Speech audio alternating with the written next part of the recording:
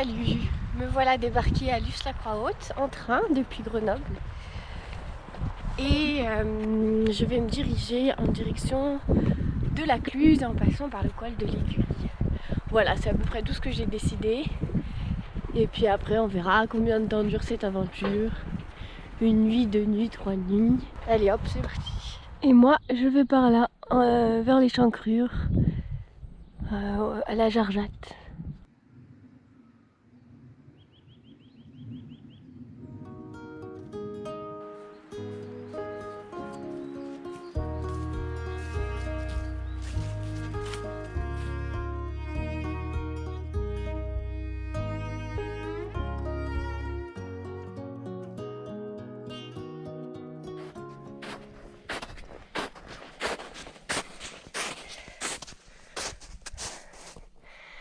Premier pas dans la neige.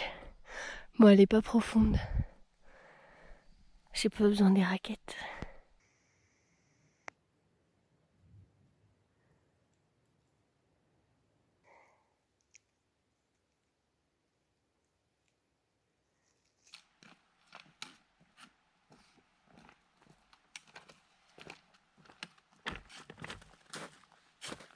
J'arrive à plus de 1500 mètres d'altitude, le col est à 2000 et là j'entre dans les nuages.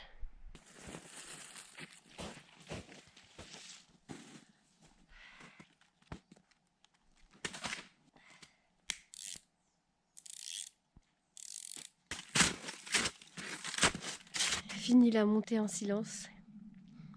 J'ai fini par mettre les raquettes parce que il y a des moments où je m'enfonce quand même s'il n'y a pas beaucoup de neige.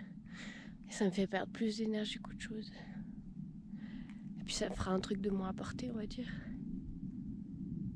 Tout à l'heure j'ai entendu un éboulement dans la rivière.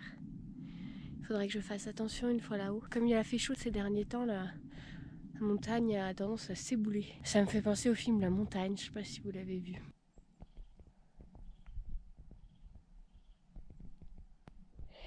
Le problème c'est qu'en arrivant dans les pierriers, il n'y a plus trop de neige.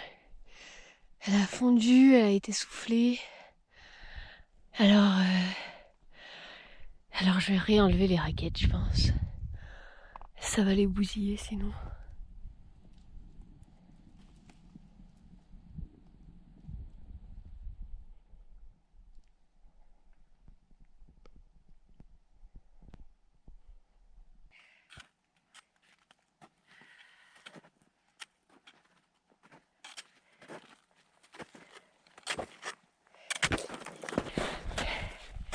J'ai un peu l'impression d'être une alpiniste à monter à ce col enneigé. C'est trop bien. J'ai croisé 2 personnes tout à l'heure. Et là, il n'y a plus personne. J'arrive au col.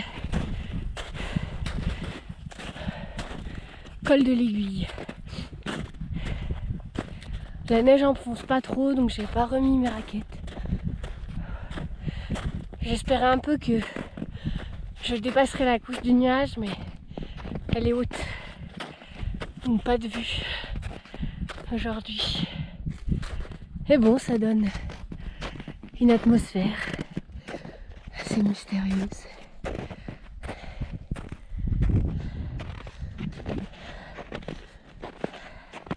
Alors là, le tout, c'est de pas se perdre. Et je suis bien contente d'avoir la carte et le GPS sur mon téléphone. Mais là, normalement, tu passes le col et tu redescends en pente douce dans une sorte de combe. Donc non, c'est pas sorcier. Mais c'est vrai qu'on voit rien. Regardez, il y a plein de poils. Et j'ai vu pas mal de traces de bouquetins.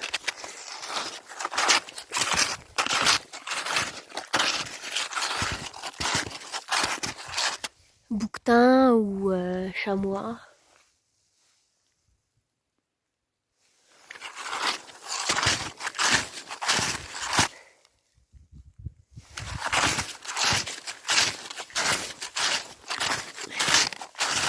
Mais qu'est-ce qui lui est arrivé? J'ai peut-être affaire à une scène de crime. Regardez, il y a du sang. Et des restes de viande. Oh. Et des traces.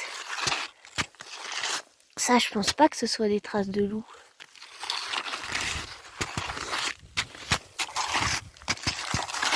C'est trop petit, non? Ah, quoique, ça pourrait faire 10 par 10. Ma paume, elle fait à peu près 10 par 10. Oh.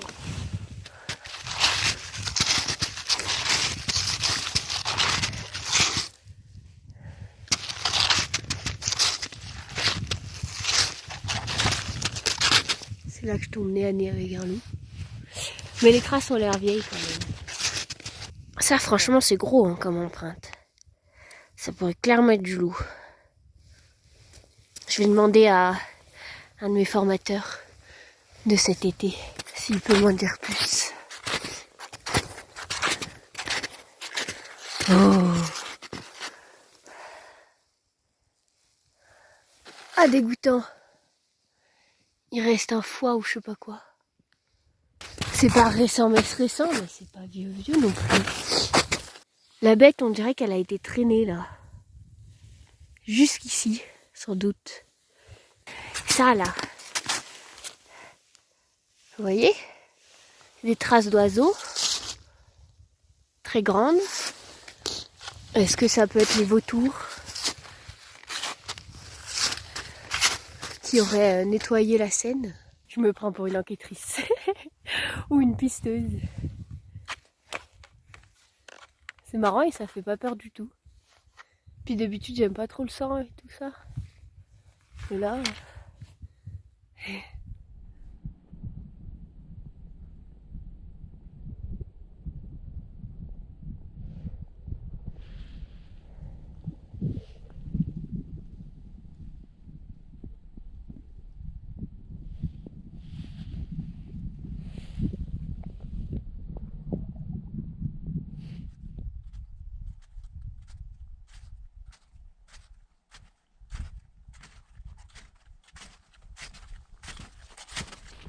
J'ai acheté une crique ce matin avant de partir.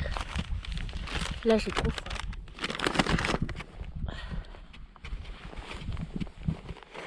L'impression d'être au milieu de nulle part. Avec les loups.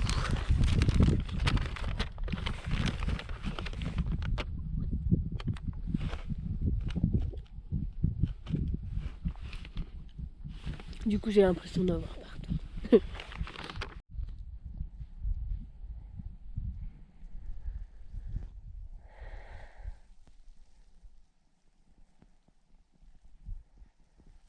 On retrouve les premiers arbres. Perdus dans l'immensité.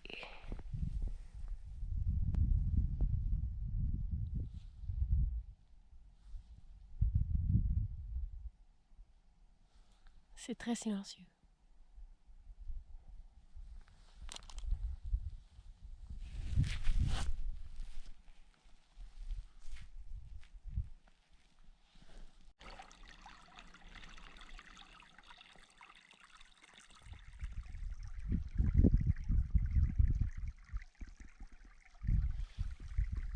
Ça y est, j'arrive au niveau où la couche de nuages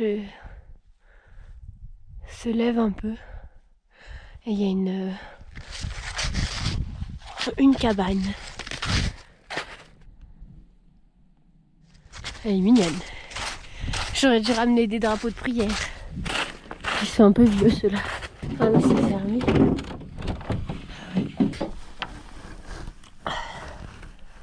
Oh wow. C'est la cabane du verger. Ou de la bergère.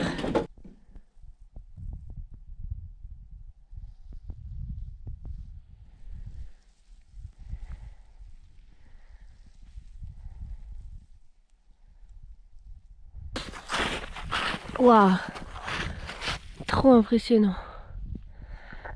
Donc là je vais passer l'espèce de verrou par ici.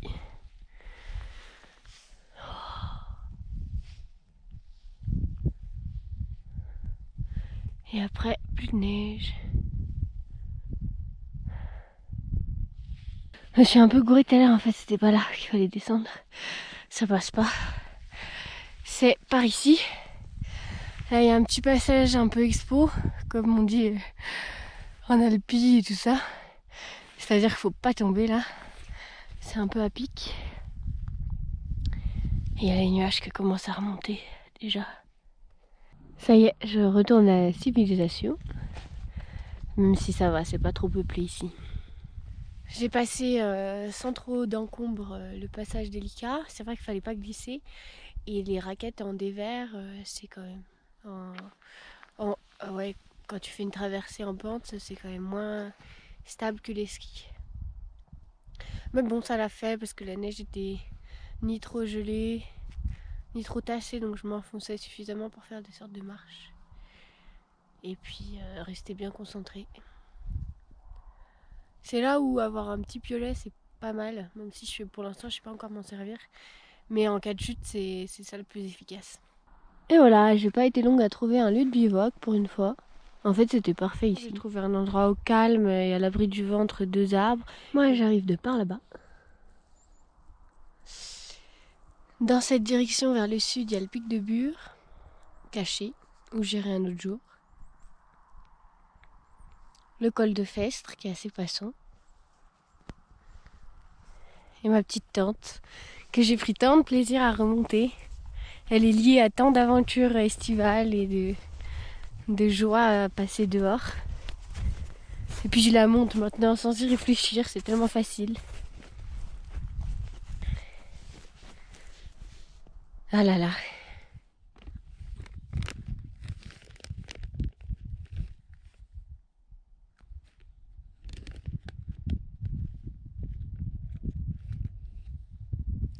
C'est drôle comme mon esprit cherche la distraction. Là, j'ai emmené aucun livre. J'ai pas tellement de batterie pour utiliser mon téléphone ou écouter de la musique. Mais ce serait dommage parce que je suis là, il y a le grand silence, les oiseaux. Bon, on entend un peu la route en bas, mais bon. Quand je suis plus habituée à bivouaquer seule, il faut reprendre l'habitude de passer beaucoup de temps avec soi-même et surtout à rien faire de spécial. Bon, quand tu marches, bah tu marches. Mais là, par exemple, j'ai encore du temps. Il va pas faire nuit avant une heure, je pense. Et puis après, bon, je suis fatiguée, alors je vais me coucher tôt, mais quand même. Et il fait un peu froid, alors bon, pour faire du qigong ou juste ne rien faire, faudrait s'allonger dans le duvet, mais j'ai pas déjà envie de m'allonger parce qu'après j'aurai mal partout. Faudrait quand même que je m'étire avec les raquettes et le sac. J'ai un peu mal partout là.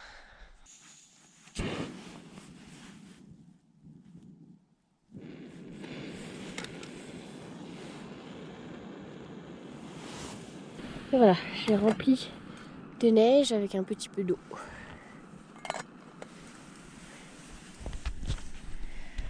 Et plus qu'à attendre.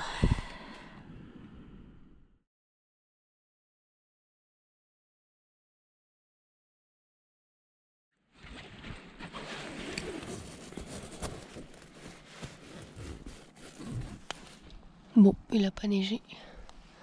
Grand vent toute la nuit, mais pas sur ma tente. Enfin si, mais elle m'a bien protégée du vent. Et les arbres aussi, les pins. Et là, il faisait -1 dans la tente. Ça donne pas très envie de sortir là quand même. Pas de soleil du tout.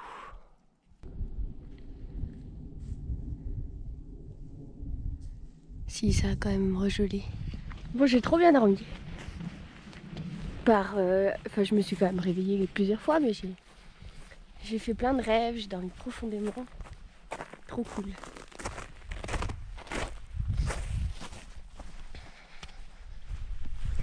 C'est l'heure du petit déjeuner.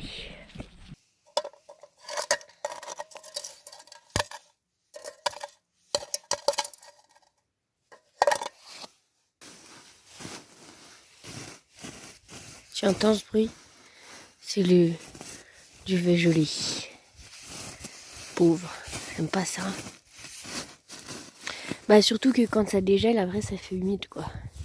Donc là je vais le ranger puis il faudra que je le sorte avant de me coucher.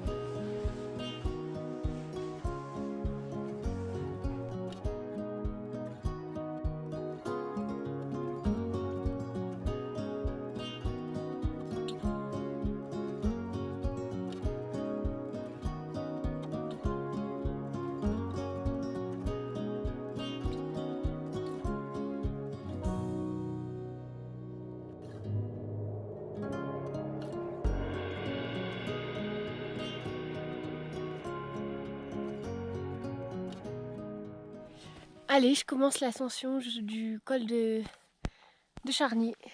C'est chouette parce que c'est un petit peu dégagé. Bon là j'arrive, je monte vers la grisaille, mais enfin, on verra. Je sais pas si je vais recroiser des traces de loup.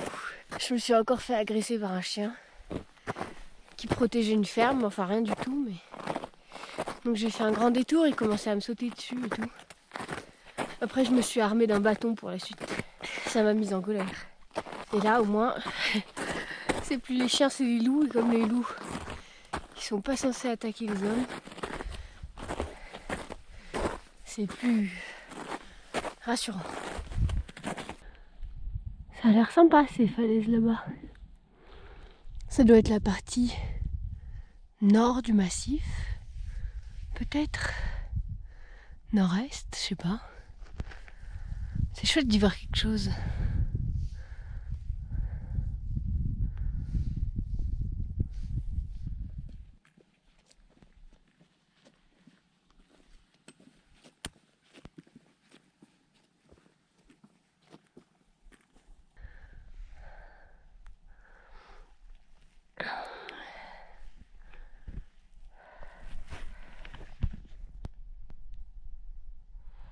Comme c'est beau là. Il y a des grottes partout. Donc ça c'est le vallon de Charny. Je sais pas pourquoi il s'appelle comme ça. Et là-bas c'est Tête Courbe, un peu caché dans les nuages. Avec le bouquetin ou le chamois là-haut. Tiens, un chamois. On dirait. Il m'a entendu évidemment. Au début j'ai cru que c'était un rocher. Il était trop foncé par rapport au rocher.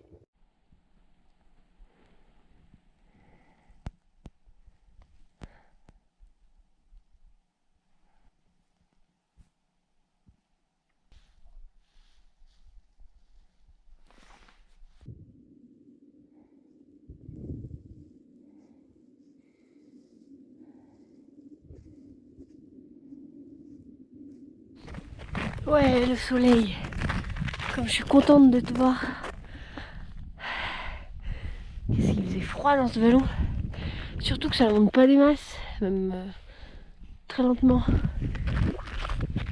Du coup, tu te réchauffes moins quoi. Là, c'est pratique, comme la neige est bien jolie, je m'enfonce pas du tout. Et il y a une fine pellicule qui retient, qui accroche. Parfait. C'est lunaire, hein, ce dévot de lui. Et encore, je connais pas le pic de Bure.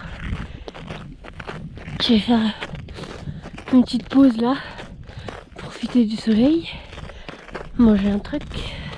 Oh là, il y a plein de crottes de bidules. Et le col, il doit pas être très loin. Par là. Je suis au col de Charny, à 2103 mètres.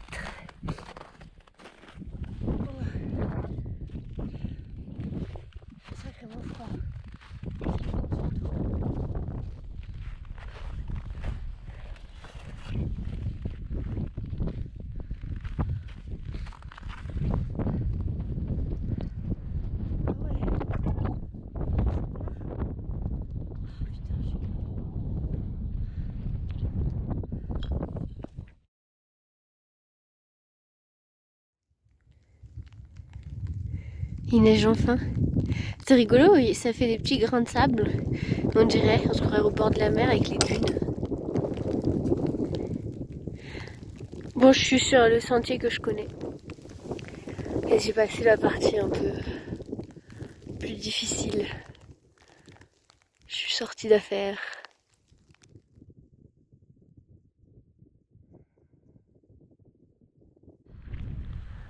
Comme c'est beau.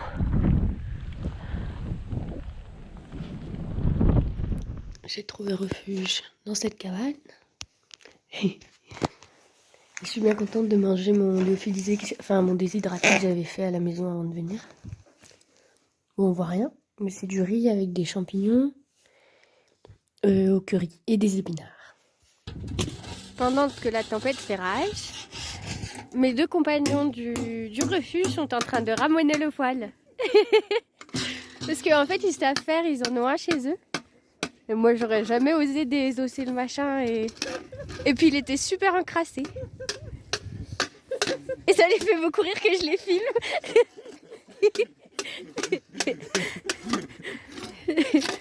Ouais, non, c'est cool.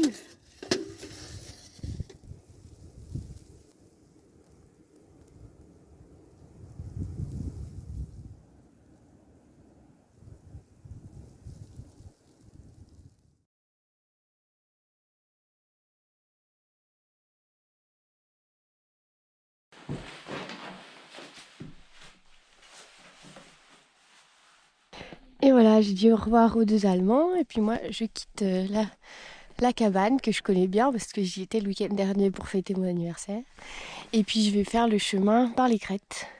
Bah la nuit était trop bien, j'ai vraiment bien dormi.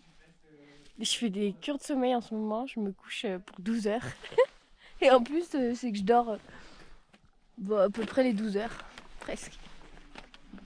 Il a pas neigé 50 cm, hein, mais bon, on verra bien si ça me sert à quelque chose. Hier, j'étais par là-haut.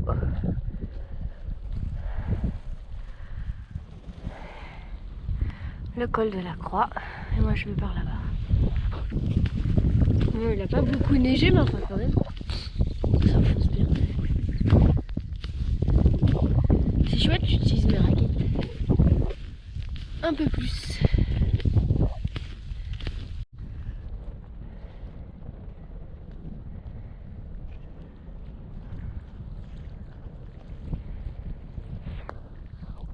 Alors moi je monte là-haut, à la pointe, je sais plus, mais après il y a Pointe Feuillette et je peux redescendre dans la vallée. C'est beau et tout, mais quand je suis comme ça, il y a le vent qui me glace le bout du nez et ça c'est un peu dur. Mais sinon les conditions sont correctes. Allez, j'y vais, faut pas que je m'arrête trop longtemps parce qu'après il fait froid. J'avais pas du tout remarqué cette barre de roche sur le chemin.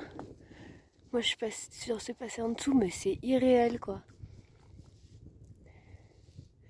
J'arrivais pas à voir si c'était des arbres.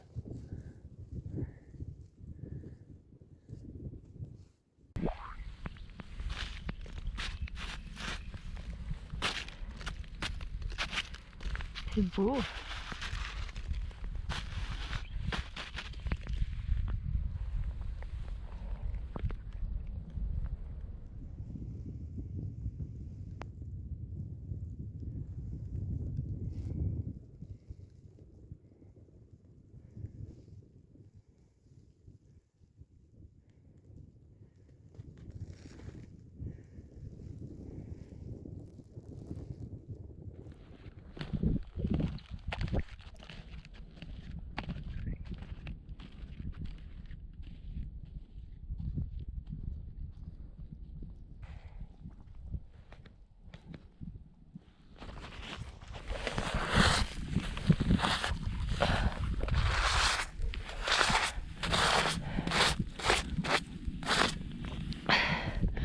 Juste la croix haute, 3 heures. Ah, quand même.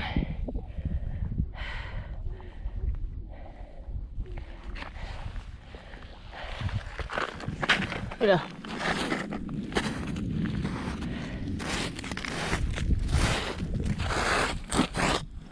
C'est écrit quoi? Ah, Pointe-Feuillette, 400 mètres. Okay. Ouh là là là là là là. Fatigant de marcher avec les raquettes. Alors moi je pensais que c'était plus rapide de passer par là et ensuite de descendre. Voilà, au lieu de faire le tour par là. J'ai un train à 14h06 ou 14h49. Il est 2h30. 11, 12, 13. Oui, ça doit aller. Donc je vais passer par Pointe-Feuillette. Voilà. Il y a des minuscules flocons. Mais c'est chouette parce qu'on y voit quand même quelque chose. Mais ça fatigue quand même. Le froid, le poids aux pieds. Puis c'est le 3e jour, j'ai un peu des courbatures. Bon allez, je ferai une petite pause un peu plus tard. Quoique j'ai soif là, puis il n'y a pas trop de vent. Je vais en profiter. Ce qui est trop bien quand il a tout juste neigé, c'est que tu vois que t'es pas tout seul. D'habitude tu les vois pas si bien ces traces. Là je sais pas trop ce que c'est.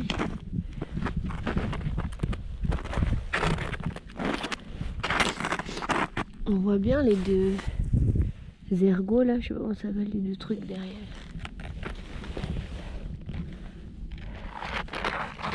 J'ai croisé pas mal de pattes de renard, enfin d'empreintes de renard aussi.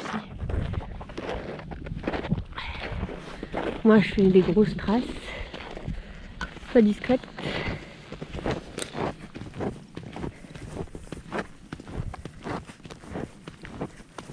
J'ai la chance que personne soit passé ici avant moi.